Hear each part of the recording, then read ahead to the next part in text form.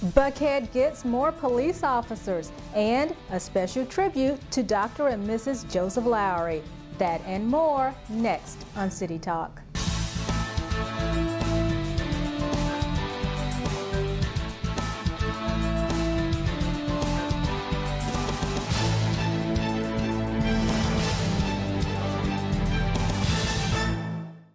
Hello everyone, welcome to City Talk. I'm Thermice Bevelle.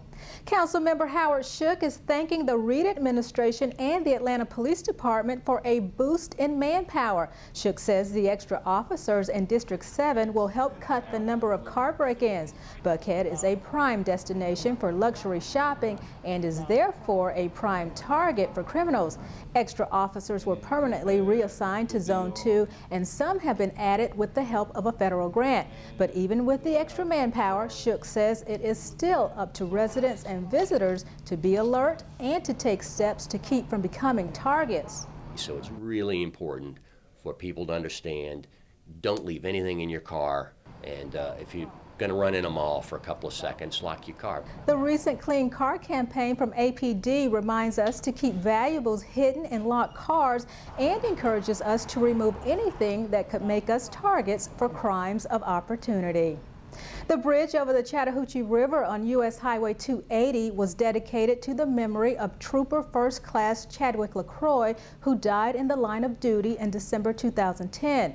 Councilwoman Felicia Moore attended the District 9 bridge dedication, honoring the fallen Georgia State Trooper who spent much of his time assisting APD in Zones 1 and 2. LaCroix was shot and killed after he attempted to stop a car with a broken headlight in northwest Atlanta.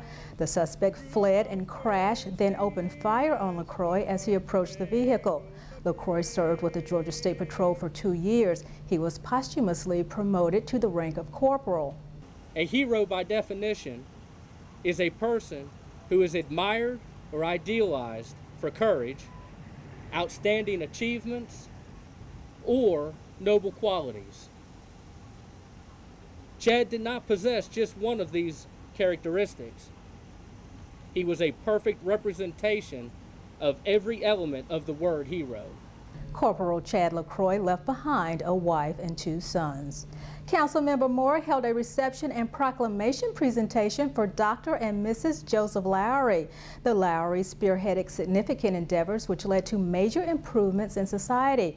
They also participated in countless marches and demonstrations that resulted in social and economic change for cities throughout the South and our nation as a whole. Reverend Lowry delivered the inaugural benediction at the swearing-in of Barack Obama as the 44th president. He received the Presidential Medal of Freedom from Mr. Obama in 2009, and Delta Airlines dedicated a Boeing 757 to the Dean of the Civil Rights Movement. Mrs. Lowry founded the Southern Christian Leadership Conference's Women's Movement to champion the rights of women, children, families, and the disenfranchised. From civil rights to SCLC to the People's Agenda, the Lowrys' invaluable work in the community is far-reaching and will impact future generations for years to come.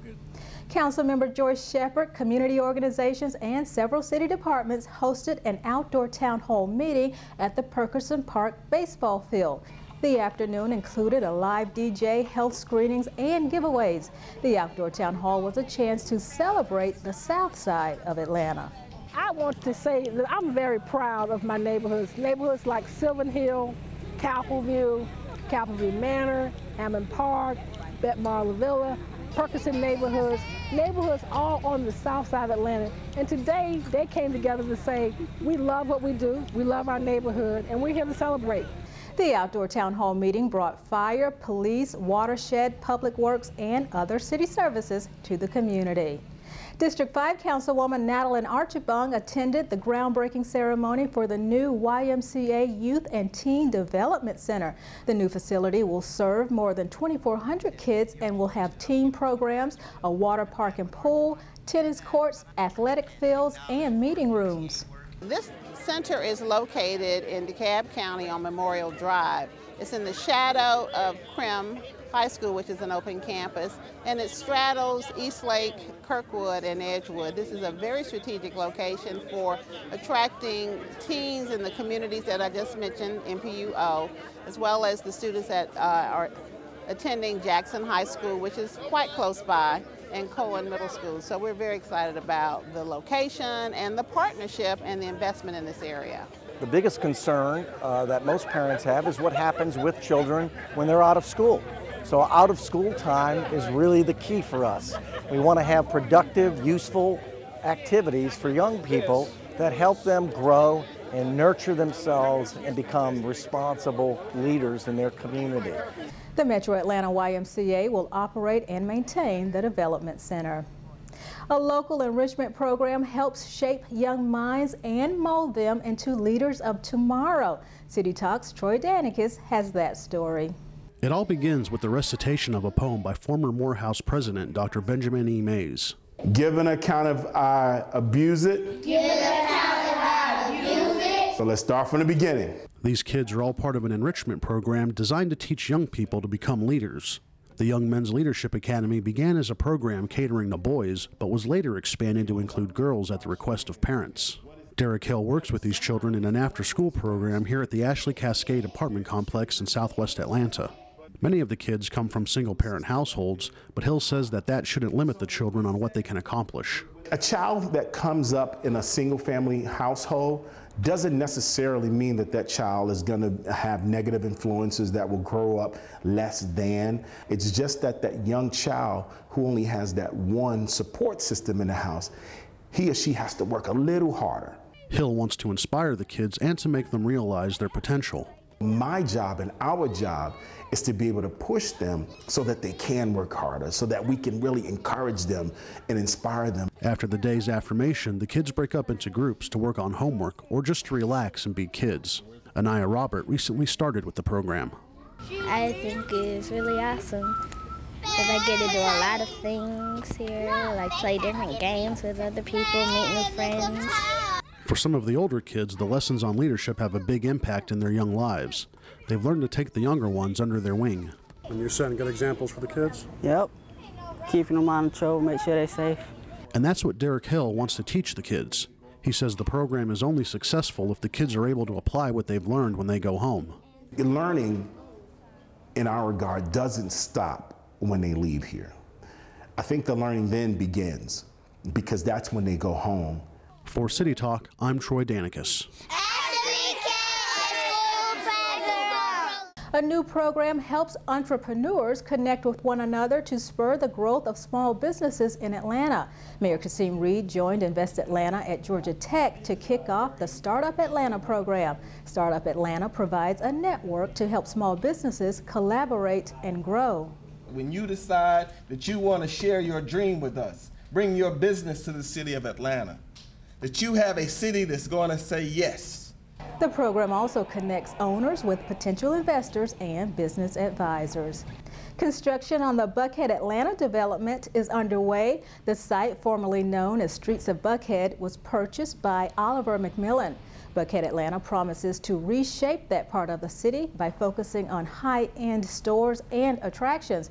In addition to upscale retail outlets, Buckhead Atlanta will offer gourmet restaurants, cafes, and office and residential space. The 8-acre site is designed as a work, play, live community similar to that of Atlantic Station. The entire property is about 1.5 million square feet. Coming up, we take a closer look at safety on college campuses. And the former AJC building gets a makeover. Stay with us.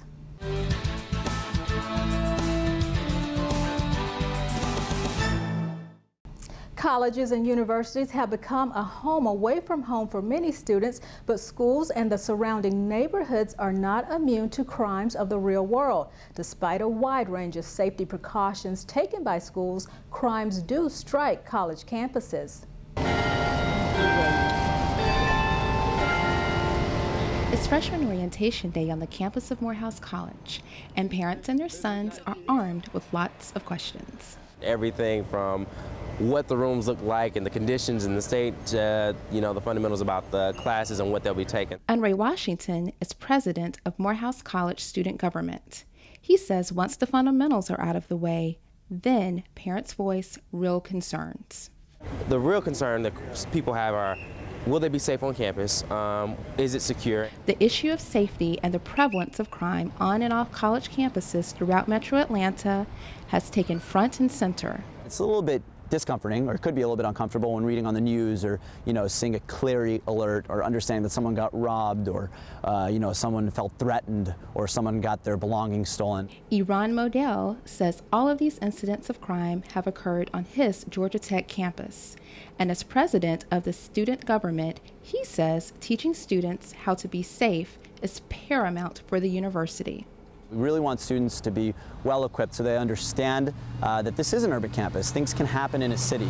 This is the environment that we are in. Both Iran and Anre are members of a college campus safety task force formed by Atlanta City Council President Cesar C. Mitchell. What I wanted to do with this task force was to bring student leadership to the table, number one, but also in expanding the size of the group, identify some very specific steps that we can recommend to the City of Atlanta, the City Council, the Mayor, and the Police Department, as well as recommend to institutions in a collective sense that might help our cause when it comes to reducing crime on our colleges and universities. In addition to Georgia Tech and Morehouse College, members of the Safety Task Force also include students and law enforcement officials from 8 Atlanta colleges and universities, all present in a common goal. We all sat at a table and said, these are our concerns, these are the issues that we face in our particular area, and put our heads together and decided that we wanted to come forth with some solutions. Holding to the promise that this would be a task force of action,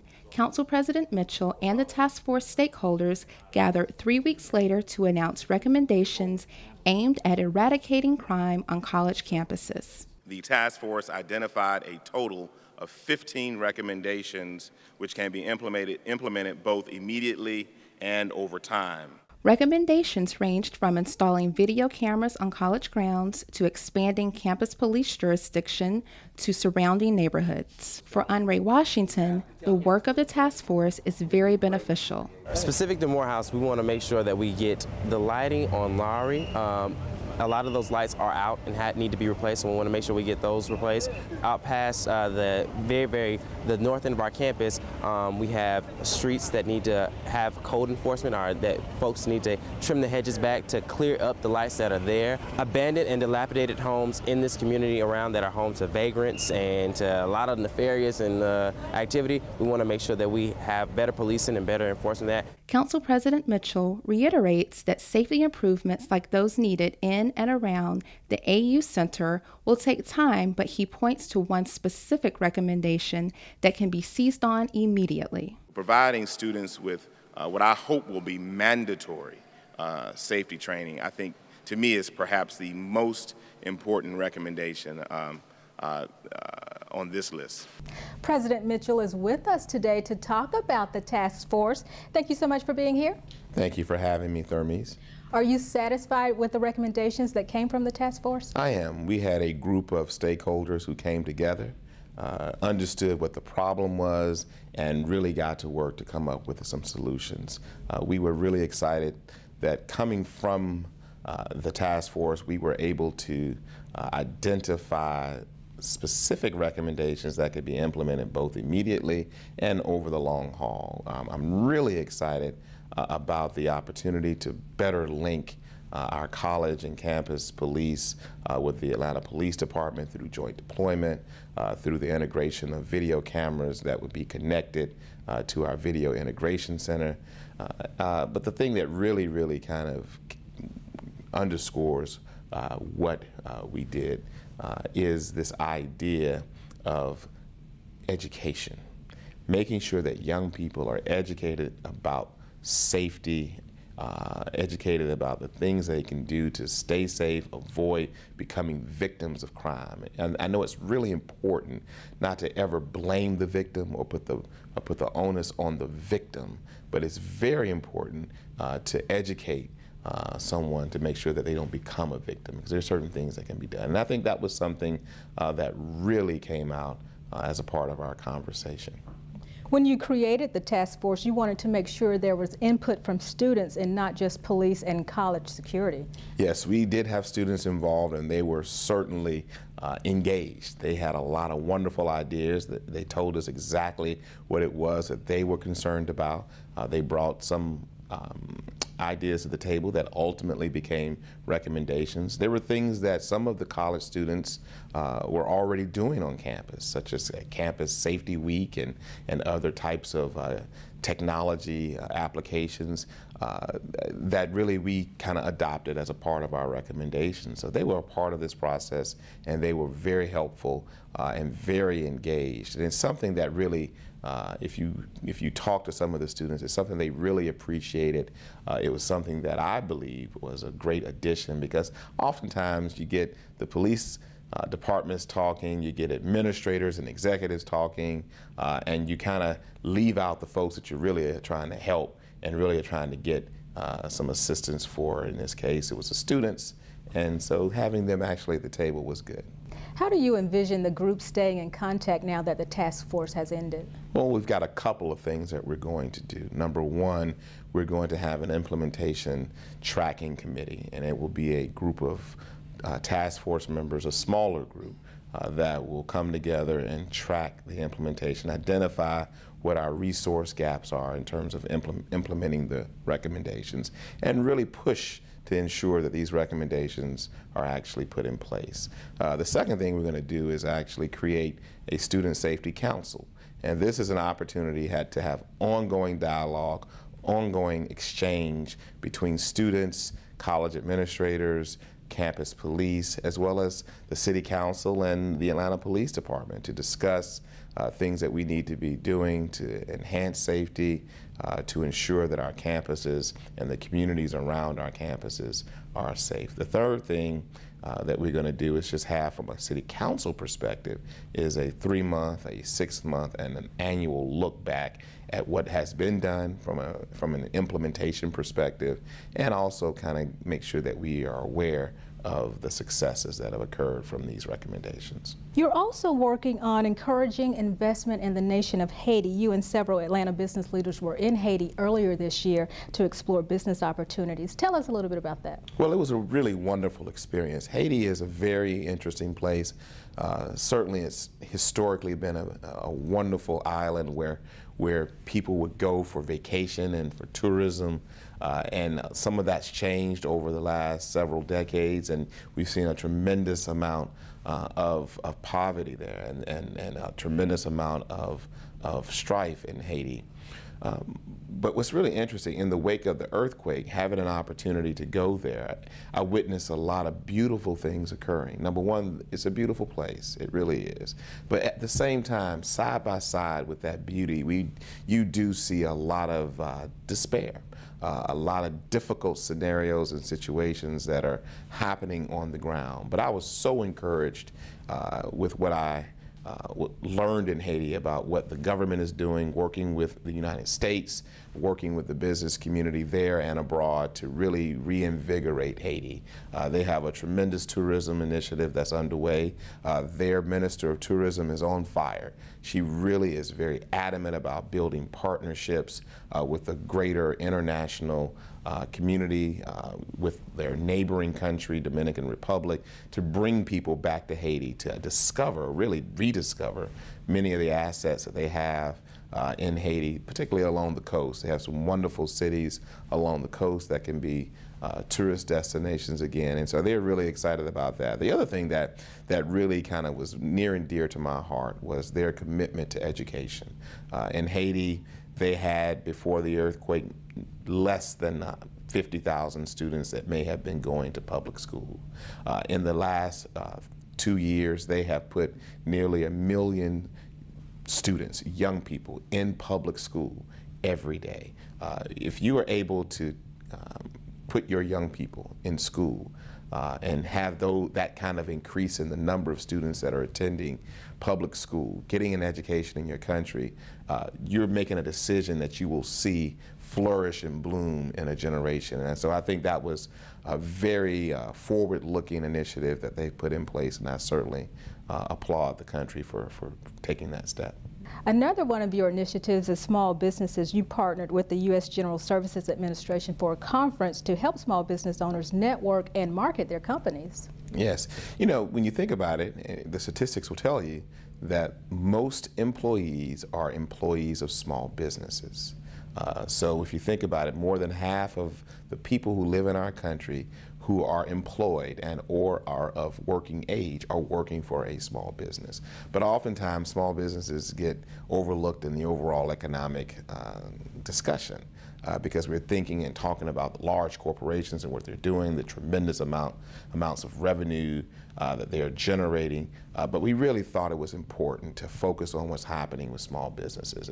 And so we struck a partnership with Sham Reddy and GSA to create a back to business seminar to provide small businesses with an opportunity to come and interact with one another, to learn about the opportunities that are not only in the federal government but also in local and state government and even in the private sector. So it was a really great event, and it's really so important that we do that here in Atlanta, where we have so many small businesses that are doing business and work with not only government but also here in the private sector. You just got back from Jacksonville, where you gave a presentation on pension reform to government officials down there. How did that go? Well, it was very interesting. We talked about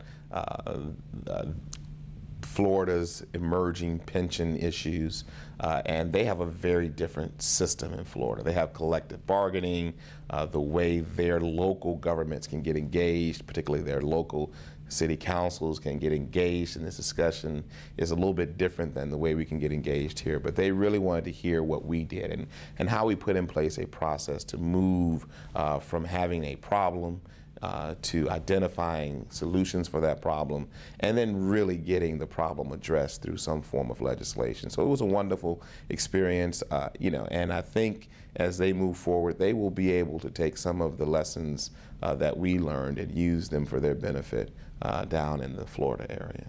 Well, President Mitchell, thank you so much for being here. All right, thank you for having me. When we come back, new bus routes aimed at keeping kids safe and a donation from Margaret Mitchell's estate. Back in a moment. Local architects Stanley Beeman and Sears won the city's redesign competition to redo the former Atlanta Journal-Constitution building on Marietta Street. The firm plans to install a sculpted facade to the outside of the building that starts on the 9th floor and winds its way to the ground level through the building's front doors. The company will also redesign the lobby to create an art gallery and a natural light section. The new look is expected to be completed within the year. Parent input and a district-wide review led Atlanta Public Schools to add more bus routes. 49 buses and 850 additional bus stops were added to existing routes. Many parents did not want their children walking in dangerous situations, so APS took a look at safety concerns, including crime, abandoned buildings, and loose dogs. The new bus routes are aimed at keeping kids safe.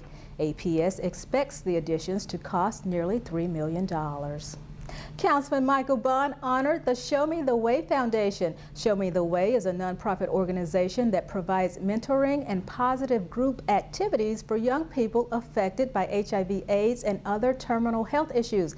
Their goal is to instill confidence, leadership, and practical knowledge by providing guidance and advice. Show Me the Way Foundation strives to make the journey after diagnosis as comfortable as possible. The Atlanta Commission on Women held a Women's Health and Safety Forum here at City Hall. Topics included diabetes, heart disease, HIV/AIDS, obesity, and fitness and nutrition. Attendees also got information on public safety and fire prevention. It was all about connecting the body, mind, and spirit to create better, healthier women. The Atlanta Commission on Women advocates issues affecting the quality of life and well-being of women and girls in Atlanta. The City of Atlanta's annual Diabetes Walk is Saturday, September 29th in Grant Park. Last year, a large number of city employees stepped out with the American Diabetes Association for the awareness walk to help find a cure for the millions of Americans who live with the disease. If you would like to be a part of the Stop Diabetes campaign, call 404-330-6770. For instant access to Atlanta City government, go to our website, atlantagA.gov, where you'll find a number of helpful ways to connect with us. And if you're trying to reach us, you can always email us, send your questions or comments to citytalk@atlantagA.gov. The City of Atlanta has online services available to make doing business with the city a little easier. On our website, you can pay water bills, municipal court citations, parking tickets, and apply for permits. Atlanta's list of online services will continue to grow as the city strives to identify more opportunities to provide access to government services via the internet. For a full list of online services, visit our website at atlantagA.gov. The Archdiocese of Atlanta received a gift from the estate of Margaret Mitchell's nephew. Joseph Mitchell died in 2011. In his will, he left the Archdiocese a 50% stake to the trademark and literary rights of Gone with the Wind. Mitchell also left the church over $10 million, which will have multiple uses, including endowment funds for all of the churches under the Archdiocese purview. The donation also includes a collection of first edition copies of Gone with the Wind in several languages. Thank you for watching City Talk. I'm Thermice Bevelle.